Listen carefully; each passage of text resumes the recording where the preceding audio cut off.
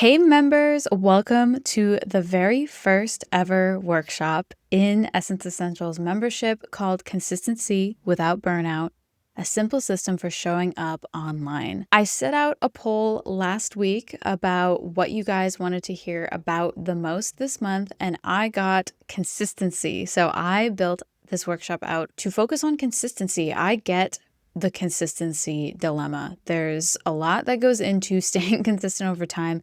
And sometimes it's simply just not realistic based on specific expectations. So in this little workshop, we're going to run through why having expectations, why having perfectionism is not really the be all end all goal. And more so, it's more about implementing systems that can really, really help you over time, build you those guardrails to help you just sustain things with giving little effort within the consistency, but overall coming up with a really amazing machine that basically runs itself, right?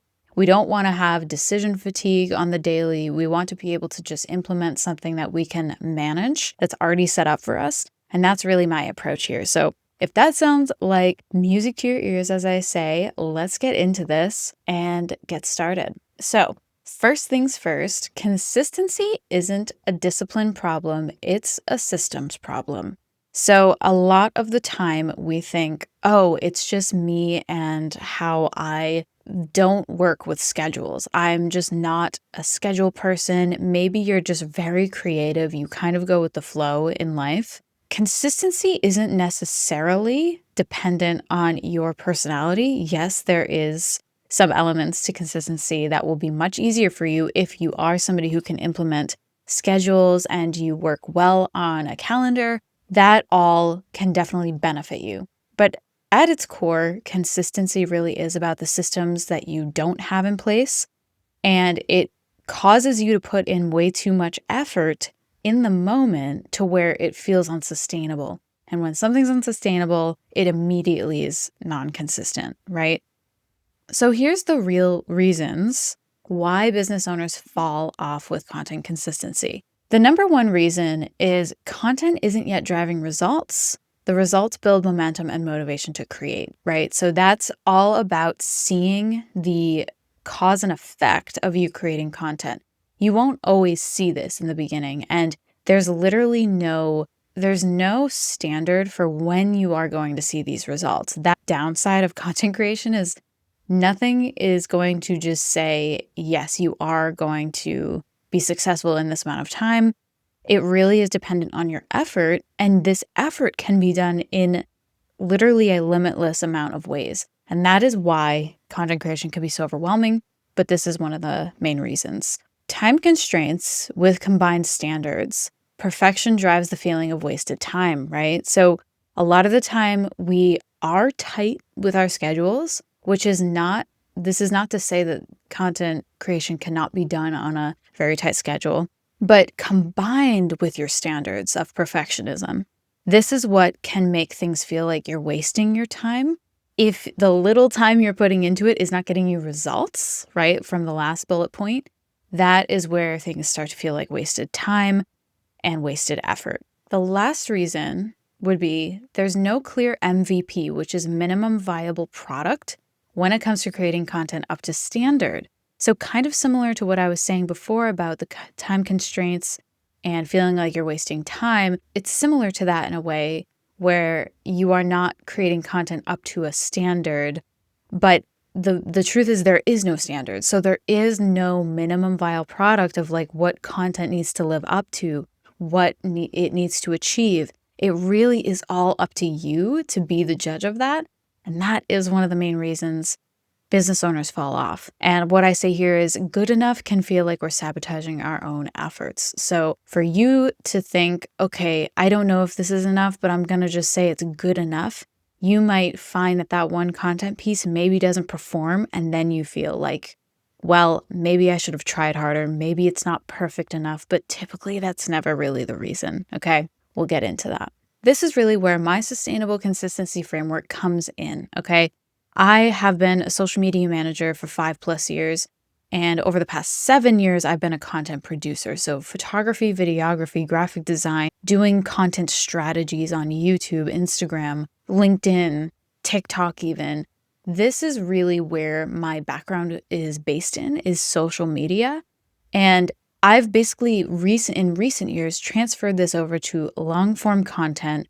And this is what I've now focused on because I do find that it gives the most effort.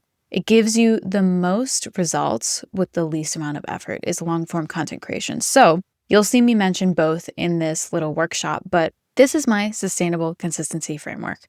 Is one primary platform, a repeatable content strategy, and a realistic cadence. And what I mean by cadence is a realistic frequency in which you are posting. So it's really all about focusing your efforts in one place, not trying to be everywhere, having a repeatable content strategy, which all that really means is like we're building the guardrails where you just basically fill it in every month so that you have new topics, new insight.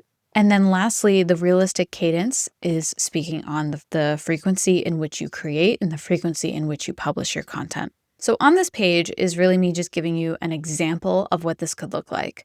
So here you see the primary platform, which is YouTube, right? This is the little YouTube logo. That is what I recommend for people. A lot of people don't like being on video. I think that is completely fine. If you don't like being on video, you could probably do something like Substack if you're a writer, or something else that you don't have to really show your face. But for the most part, I do focus on YouTube. A repeatable content strategy could look like the problem solution pillars and buyer stage kind of storyline content strategy that I teach in my program. This really has to do with like 4 to 5 content pieces a month, and they all are connected through a storyline that is taking your audience from problem to solution, and you're of course the solution. Another way to do this is through forecasting or current events. I do have a lot of astrologer clients, and what I find is that they can base their content strategy in forecasting the month ahead or what this month will look like for a specific zodiac sign or things like that. That is also another way to have a repeatable content strategy where it is expected or it is known what you're doing in the future. That's all I really mean by a repeatable content strategy. And lastly, this is probably the most common that you see, which would be content topic pillars. And these can basically be little pillars, little branches of your one major kind of solution. And it's really helping you speak well-rounded on your area of expertise, right? So if you have an area of expertise in gardening, your content topics could look like growing a garden from seed, what to do with herbs or what to do with veggies when they are ready to harvest, how to harvest, springtime garden prep practices, right? Like there's so many different ways that you can touch on things. And of course, they could be relevant at different times of the year. And that's another way that you could organize this content strategy to work for you. And then, of course, I'm showing that a realistic cadence, as an example, would be 1 video per week, right? So you have your platform, you have a content strategy approach, and then you would have 1 video per week to just show, okay, this is my sustainable consistency framework. This is going to help you stay consistent because you already know where your efforts are going, what guardrails you're filling in, what blanks you're filling in with your content strategy once you define it, and how often you're doing it. And this is really just going to help you set the foundation for becoming more consistent.